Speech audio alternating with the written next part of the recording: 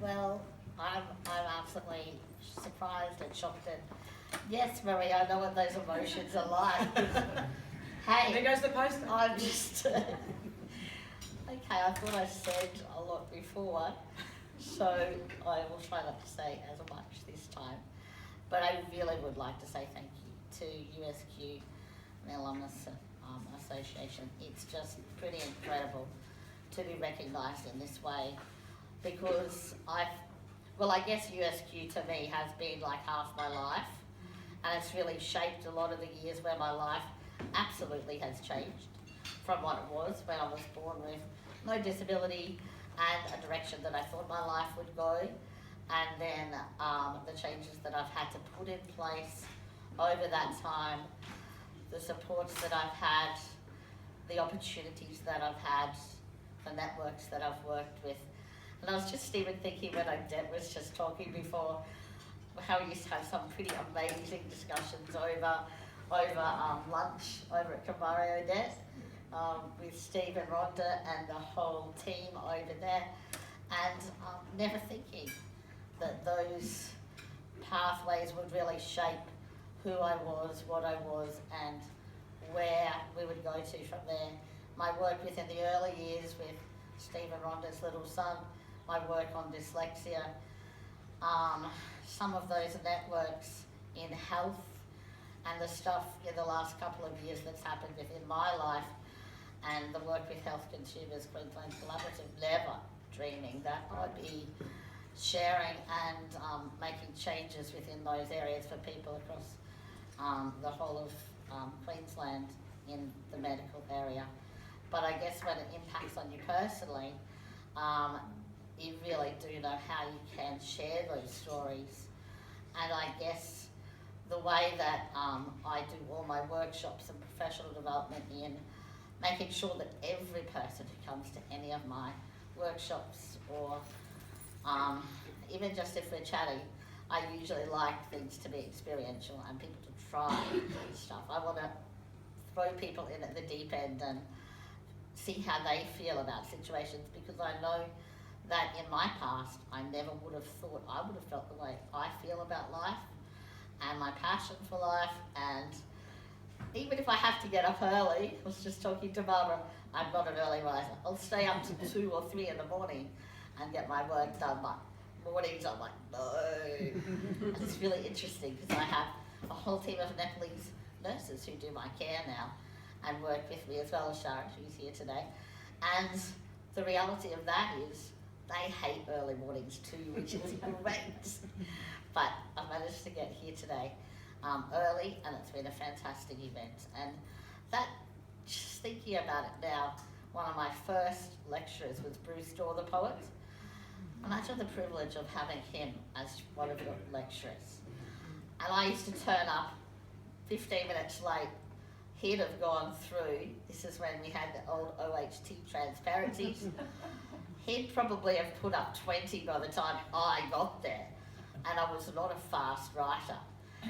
I'd turn my tape recorder on, start taping him.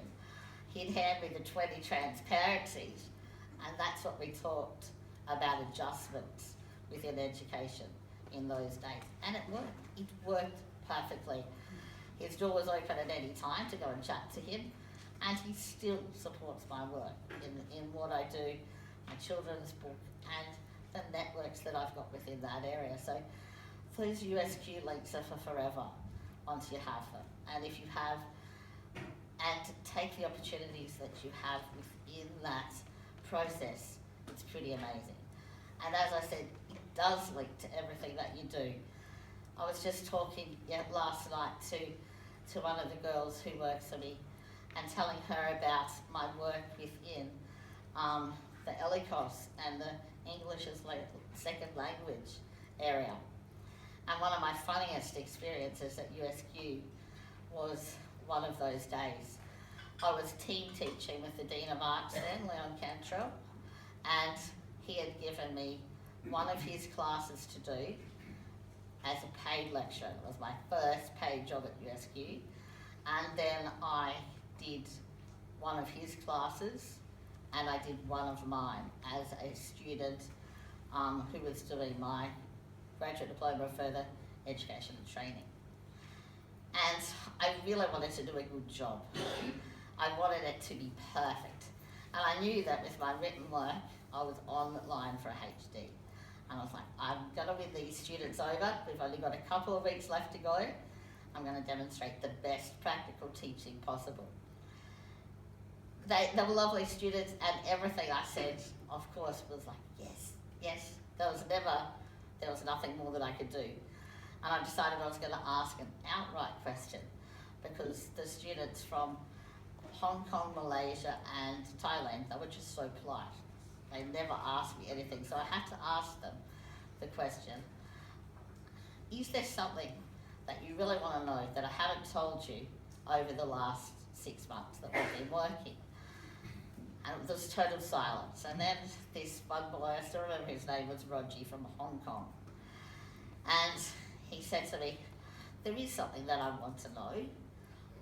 I don't really know. I've been researching it for a few weeks and I didn't know how to ask you.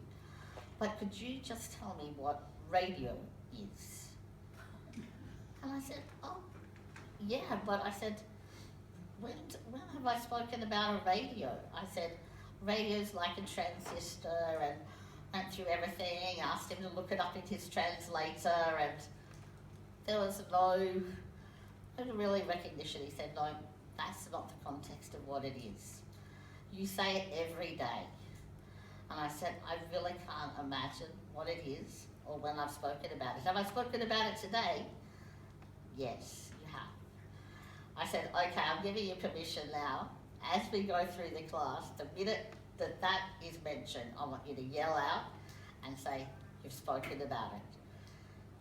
The day went on, I thought, oh, we're not going to get an answer to this because I'm sure I'm not talking about radios or transistors. We finished the chapter we were working on. I said, okay then, rightio, we're going to turn to page 5. You said it, you've done it. Oh my goodness. Rightio. That's Aussie slang. Yeah. How do you spell it? And he had to write it down. Rightio. And I did say it a lot. And it's an example of, I guess, some of the things and the funny experiences you have. And that was just one of the hats that I still wear and still use today. And USQ has embedded that. And my networks across community, school, from every walk of life, government and policy, right through to the International and the Australian Human Rights Award. All of those things are because of my start that I had at USQ, the support that I have from my family, the very early mornings that my parents would run me out and would drive me right to the entrance of the uni, right to my classroom, almost around the back of W Block. And I know every pathway and every shortcut and every different venue. I've checked out every toilet and every bathroom. I know the locks on every door. All of those things make USQ the really special place it is. And the support that I continue to get when I go out to schools, and the real love of students for the lecturers, for the university, and for the pathways and opportunities they have is always shared with me, and I'm privileged to, I guess, have had that opportunity in my life, and I hope it continues for a while yet. So thank you. Thank you.